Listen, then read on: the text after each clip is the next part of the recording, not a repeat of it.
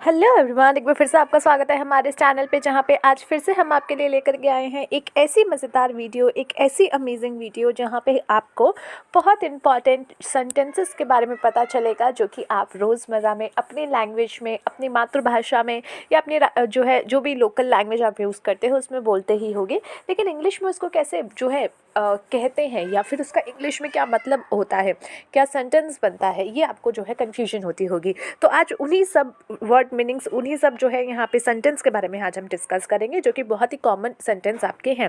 So let's start the video. But उससे पहले अगर आपने अभी तक हमारे चैनल को सब्सक्राइब नहीं किया है तो जाइए चैनल को सब्सक्राइब कर लीजिए, साथ में बने हुए छोटे से बेल आइकन को प्रेस कर दीजिएगा, ताकि साथ में जब भी हम जो भी न्यू वीडियो अपलोड करेंगे उसका नोटिफिकेशन आप तक सबसे पहले पहुंच जाएगा। तो यहाँ पे सबसे पहला जो सेंटेंस है वो है, क्या आपके पास पैसे हैं। कई बार हम किसी से पूछते हैं, जैसे अपने दोस्तों यारों में हमें पूछना होता है कि यार तेरे पास पैसे हैं क्या, या फिर यार पैसे हैं क्या तेरे पास। तो जब आपको इस तरीके का क्वेश्चन पूछना होता है तो आप कह सकते हो, do you have money, do you have money. Next is, मेरे पास पैसे नहीं है। अगर आपको सामने से रिप्लाई करना है कि नहीं मेरे पास पैसे नहीं है, तो आप कह सकते हो, I do not have money, I do not have money, या फिर आई डोंट हैव मनी। इसके अलावा एक और सेंटेंस होता है, that is I have no money, I have no money, मेरे पास कोई मनी नहीं है। नेक्स्ट इज, क्या आप मुझे 100 रुपये उधार दे सकते हैं, या फिर क्या आप मुझे 50 रुपये, 100 रुपये, 1000 रुपये, जो भी अमाउंट आप डालना चाहे वो आप यहाँ डाल सकते हैं। उसके लिए आप कहेंगे, can you land me 100 rupees, can you land me 100 rupees. तुम्हारे पास कितने पैसे हैं, how much money do you have, तुम्हारे पास कितने पैसे हैं, how much money do you have. मेरे पास केवल 10 रुपये हैं, 10 रुपये, मात्र 10 रुपये, या फिर मेरे पास सिर्फ 10 रुपये हैं, so I only have 10 rupees, I only have 10 रुपी।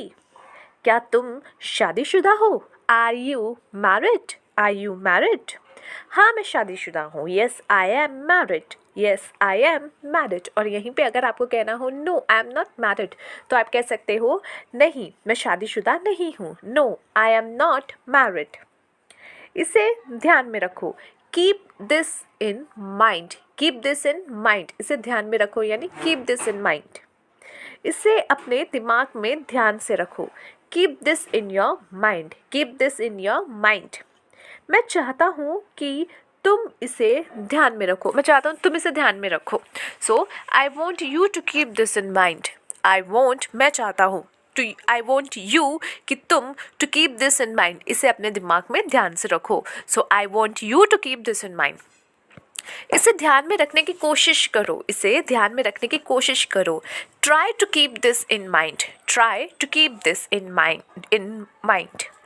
तुम्हें इसे ध्यान में रखने की आवश्यकता है, you need to keep this in mind, you need to keep this in mind, कि ये तुम्हारी आवश्यकता है कि तुम इसे ध्यान में रखो। कौन सा सही है, जैसे दो चीज़ें आपके सामने पड़ी, आप पूछना चाहते हो कि कौन सा सही है, या दो क्वेश्चंस हैं, दो आंसर्स हैं, किसी के भी बारे में अगर आप बोलना चाहते हो कि कौन सा सही है, तो आप कह सकते हो, which one is correct, which one is correct.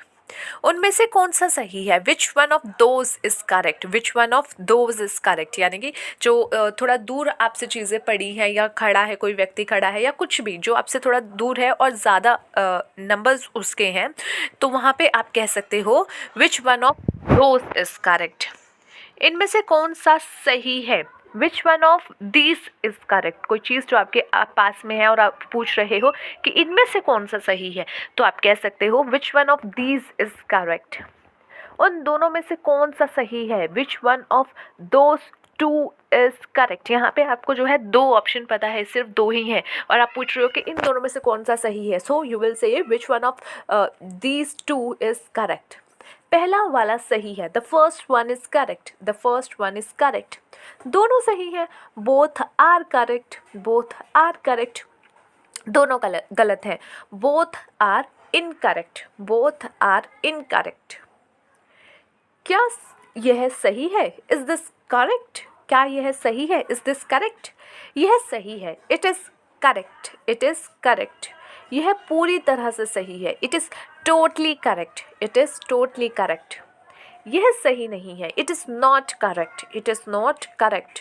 यह गलत है, it is incorrect, it is incorrect. क्या मैं सही हूँ या गलत हूँ? एम आई राइट और रॉन्ग? एम आई राइट और रॉन्ग? तुम गलत हो, यू आर रॉन्ग।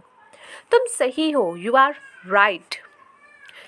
क्या यह सच है? Is this true? क्या वो सच है? Is that true? यह सच नहीं है, दिस इज़ नॉट ट्रू। यह बिल्कुल भी सच नहीं है, this is not true at all, this is not true at all. वो दिन चले गए, दोज डेज आर गॉन। कई बार हम बचपन की यादें जो है या फिर पुराने दिन याद करके कहते हैं ना, यार वो दिन चले गए, तो आप कहते हो कि दोज डेज आर गॉन, वो दिन ख़त्म हुए, दोज डेज आर ओवर। ध्यान दीजिएगा, जब हम किसी चीज़ को लेकर के खुश होती हैं और कहते हैं कि यार वो दिन तो चले गए, तो आप ये बोलेंगे कि दोज डेज आर गॉन। जब कोई कह सकते हो दुख भरे पल थे, वो ख़त्म हो गए हैं, तो उस जगह पे आप ये बोल सकते हैं दोज डेज आर ओवर, कि वो ख़त्म हो चुके हैं। Now let's be happy. मैं मर रहा हूँ, आई एम डाइंग। ऐसा मत कहो, डोंट से दैट। वो लोग उसको क्या कर रहे हैं? What are they doing to him? What are they doing to him? तुम मेरे जैसे कभी नहीं हो सकते।